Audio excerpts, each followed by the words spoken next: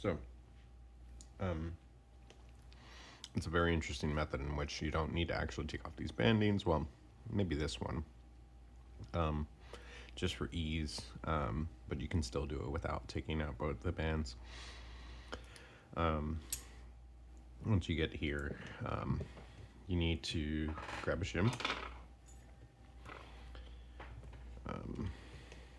sort of just get it to go in here.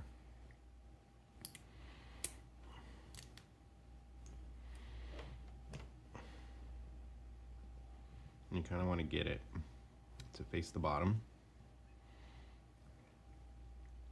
And then when you pull out, that way it's covering and you can pull this all the way out. Okay. I guess I should have been a little bit closer, but here we are, right?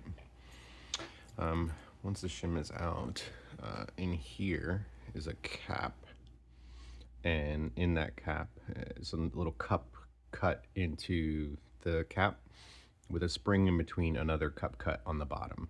And I'll just dump those out so that we can see them real fast. I'll just bring them up to the top because obviously this is not a great angle. Okay, so canning them out to the side here. Okay. So you end up with this spring here. Come on, dude. And these two cupped items that kind of hold the core in position. Once you get all these out, core should slide right out.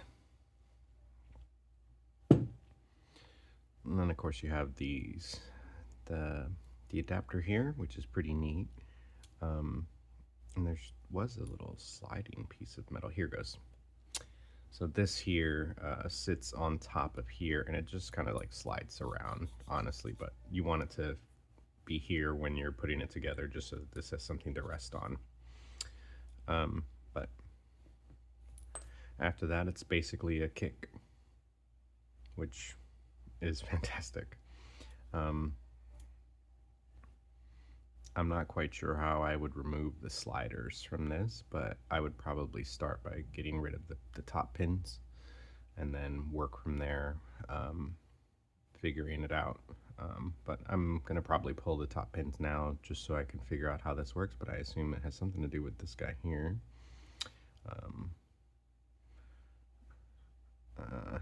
Yeah, I'll figure it out, but that's pretty neat how it comes out.